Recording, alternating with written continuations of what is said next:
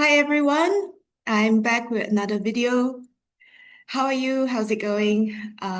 Before I start, I just want to say thank you to my new subscribers. To be honest, I didn't expect a couple of people to sign up so soon, but I really appreciate your um, subscription. And I hope you continue to stay and watch more of my videos, more content, and I hope you find them relevant and they resonate with you and so on. Yeah, so stay tuned for more content. Yeah. So today I want to talk about Gemini energy. I've written two Instagram posts just recently. One is on Gemini season and the other is on the new moon in Gemini. If you haven't read those posts, I would encourage you to do that to give you some insights about the energy that's going on right now. I'll put the links in the description box below so you can click on them and view them. And by the way, I just want to mention that the astrology that I mentioned on my videos, as well as in my Instagram posts, email newsletters as well, is in reference to Western astrology. So there are many types of astrology out there. There are Vedic astrology from India. There's Chinese astrology, there's Egyptian astrology, and if I'm not mistaken, there's also Babylonian astrology. So they all come from ancient civilizations. So so there are various types, but the one that I study and often refer to is Western astrology. Yeah. So Gemini season. Okay, so I want to share about Gemini energy. Gemini season, what that means is the sun is in the zodiac sign of Gemini for 30 days, for about 1 month. Okay, so I'm sure you would have heard or you would have read on social media about other seasons like Aries season, Libra season, Leo season, Capricorn season, Scorpio season, and all that. So what that means is the sun is in that particular zodiac sign for 30 days. So in the astrological wheel, there are 12 zodiac signs, right? Yeah. So it starts with the first sign, Aries. So when the sun moves into Aries, so it's called Aries season. And then after 30 days, the sun will move to the second zodiac sign, which is Taurus. So that is called Taurus season. So right now we are in Gemini season, which is the third zodiac sign. Okay, so the sun is in Gemini. So that's how the sun moves through all the 12 signs in sequence every 30 days. Yeah. So the sun moved into Gemini around 19th of May. And so it will stay in Gemini until 18th, 19th of June. And then it will go into the fourth zodiac sign, which is Cancer. So that's when it will be called Cancer season. Yeah.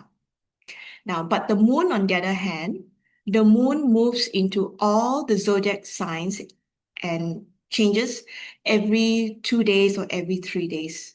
So today is new moon in Gemini when the sun and moon is in Gemini.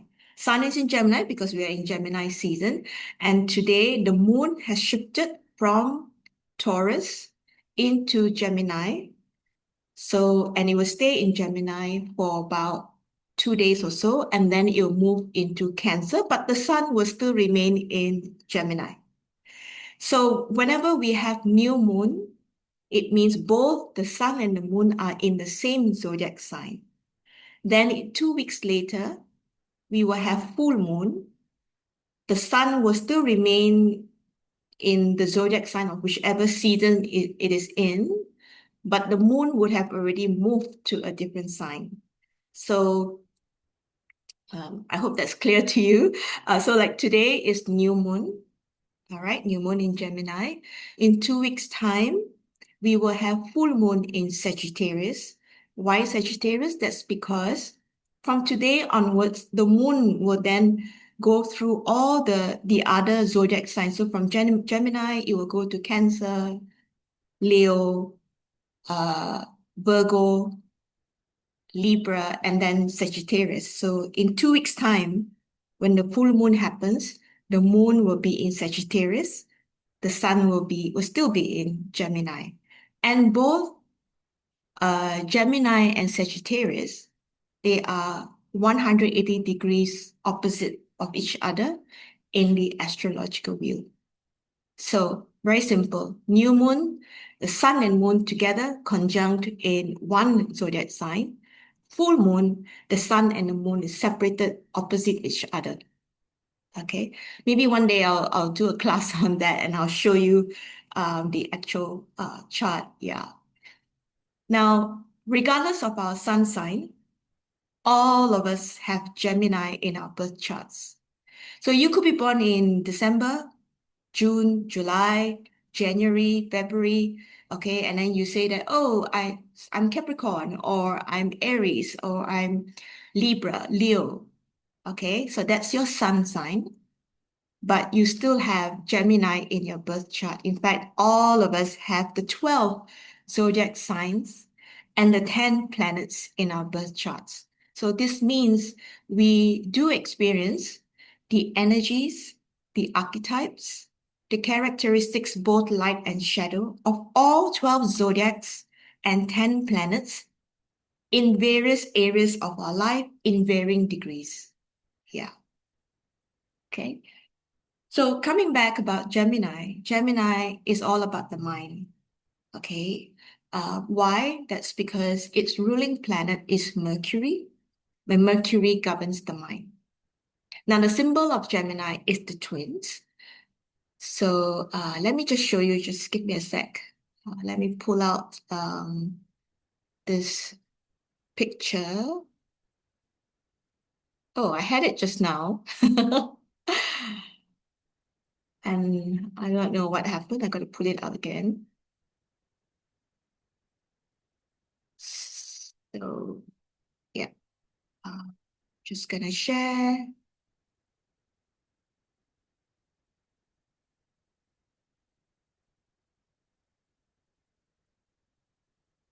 Okay, I hope you can see this. All right, so the symbol of Gemini is the twins on the left, and on the right here is the sign of Gemini, the two bars here. Okay, so when you go into your birth chart, you will definitely see the sign of Gemini here, and from there you can know where it is located, is in which house. Yeah. So because now the symbol of Gemini, the twins, and Mercury rules Gemini, so it's about the mind. So it means the Gemini energy refers to is the double-edged sword of the mind. So the mind can be very helpful and constructive for us, but it can also be destructive. Yeah. So what can we do about this? Well, if you read my new moon in Gemini Instagram post, I mentioned that Gemini is also the zodiac sign of choice. So what do we choose? Now, when it comes to choices, we all make all kinds of choices, right? Yeah, big and small choices. Consciously and unconsciously, we make choices. Yeah. And more often than not, we are unconscious or we are not conscious of the choices that we make. And so as a result, those types of choices tend not to serve our highest good. So Gemini energy is inviting us to be conscious of the choices that we make on a daily basis. Yeah. Okay. So one thing we got to be conscious of is fear and anxiety. Why do I bring this up? That's because fear and anxiety is generated by the mind.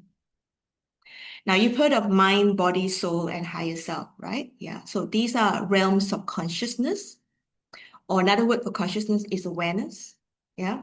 So out of these realms of consciousness, the mind has the lowest level of consciousness compared to the body, the soul, and the higher self.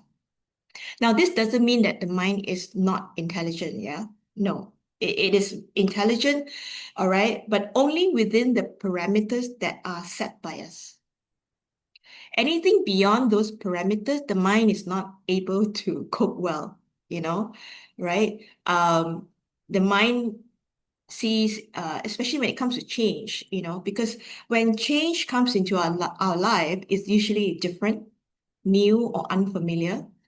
And so the mind immediately perceives it as a threat. And thus it generates fear within you. Why? Because it's to protect you.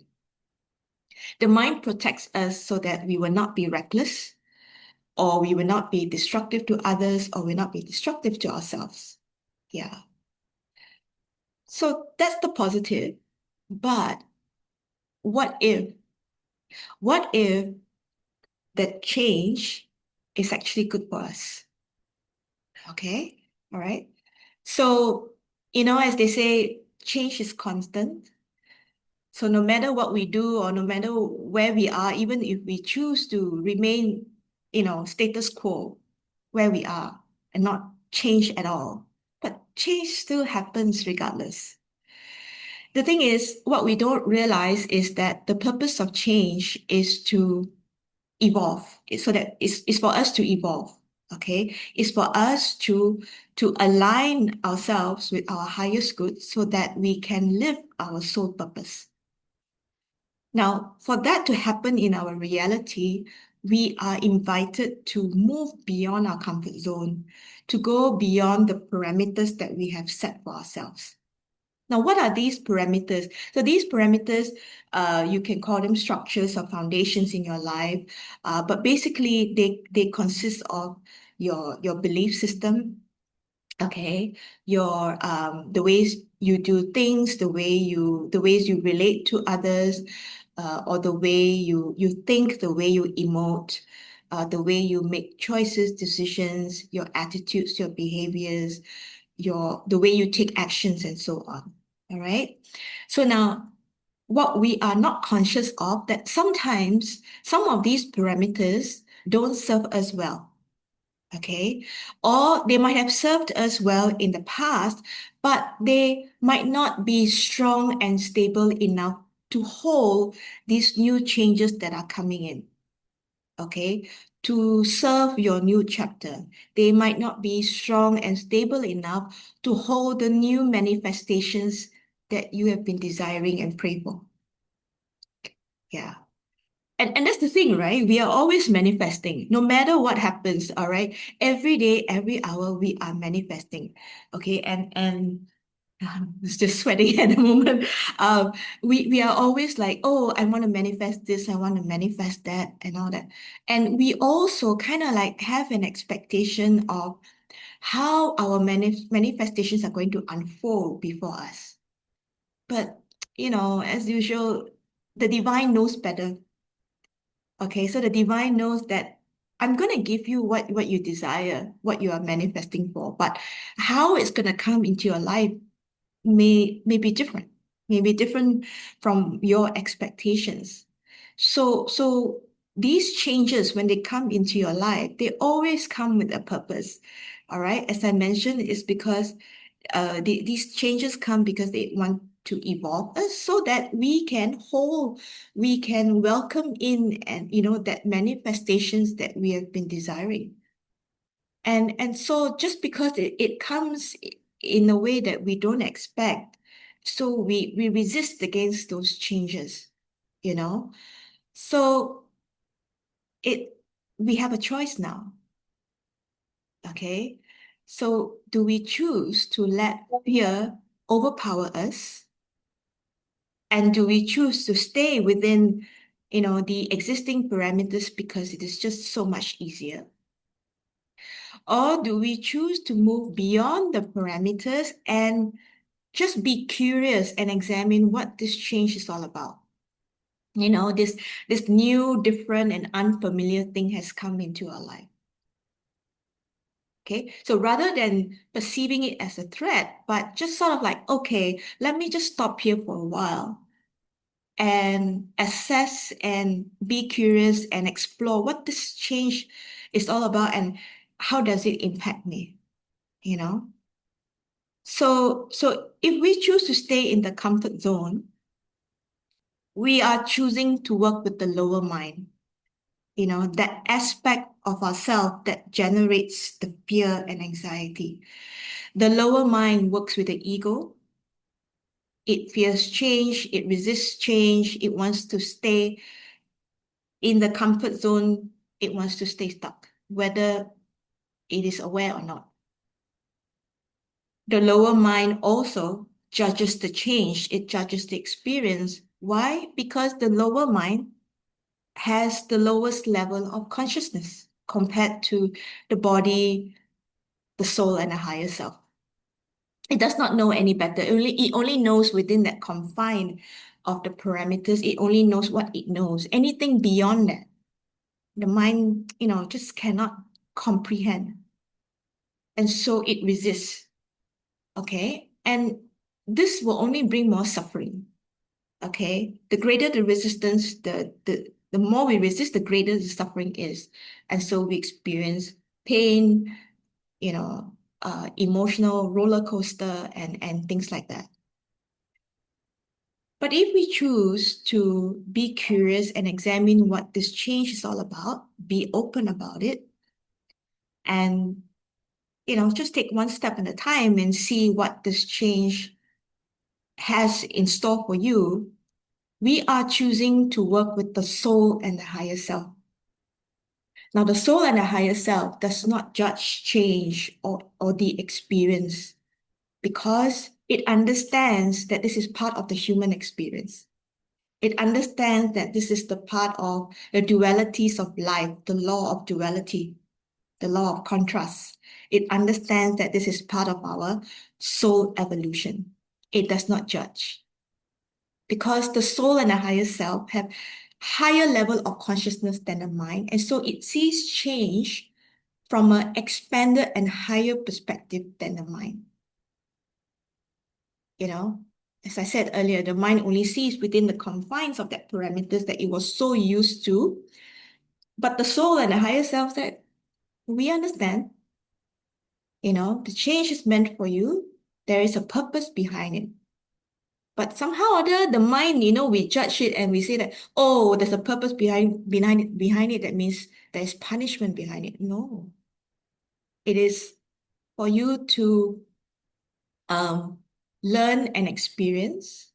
Okay, no doubt there will be difficult moments as you consciously work through the process of change, but they're not suffering, they're more like growing pains where you gain some insights and wisdom about yourself and your circumstances and how and I'm sure later on you would realize and in fact if you really think back of all the past difficult moments that you've had, you know and now when you think about it, you reflect on it, you realize that actually the divine always has your back, leading you to your highest good.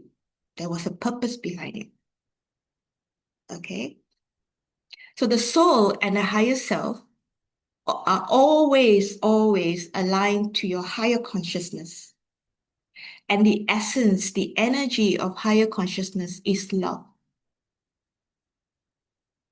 Now, what is the energy opposite of love? It's fear.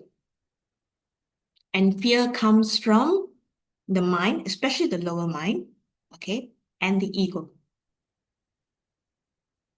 So therefore, what do you choose? Do you choose love or do you choose fear? Do you choose to attune to the soul and the higher self, which then actually guides you to align with your higher mind and higher consciousness? So the mind actually consists of lower mind and higher mind. The higher mind is the one that automatically, very naturally aligns with your soul and higher self. But it starts with you choosing to attune with the soul and higher self first. Okay. And then you'll be naturally aligned with your higher mind and higher consciousness, where you see more of like see and feel and sense the expansiveness of things, you know? Or do you choose the lower mind and the fear, and you let fear and anxiety overpower you?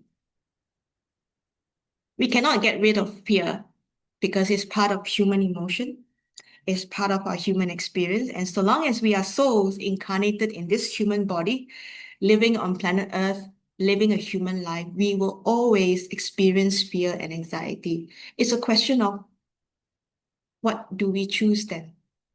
Do we choose to still be with fear and let it overpower us to the extent whereby we have, to the extent whereby we lose the connection with the soul and the higher self, because the soul and the higher self is the one that guides you to the essence of higher consciousness, which is love, not fear. So I will be sharing and guiding so much more on this topic actually in my upcoming Zoom workshop on 14th of June. And the workshop is called Attunement to Yourself, Mind, Body, Soul, and Higher Self. Yeah. So attunement to yourself actually means attuning, listening, sensing, feeling, flowing, you know, with aspects of yourself.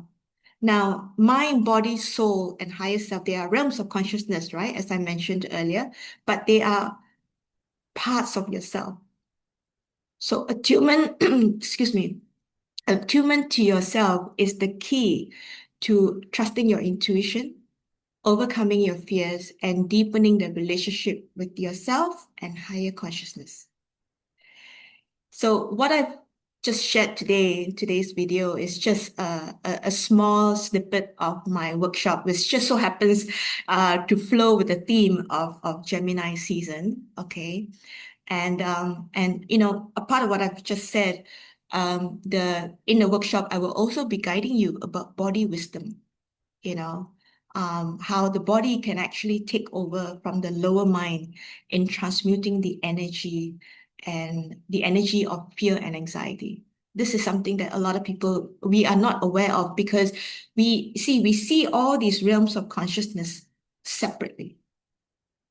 And so as a result, when we try to do healing or inner soul work, we tend to do it in parts, separately.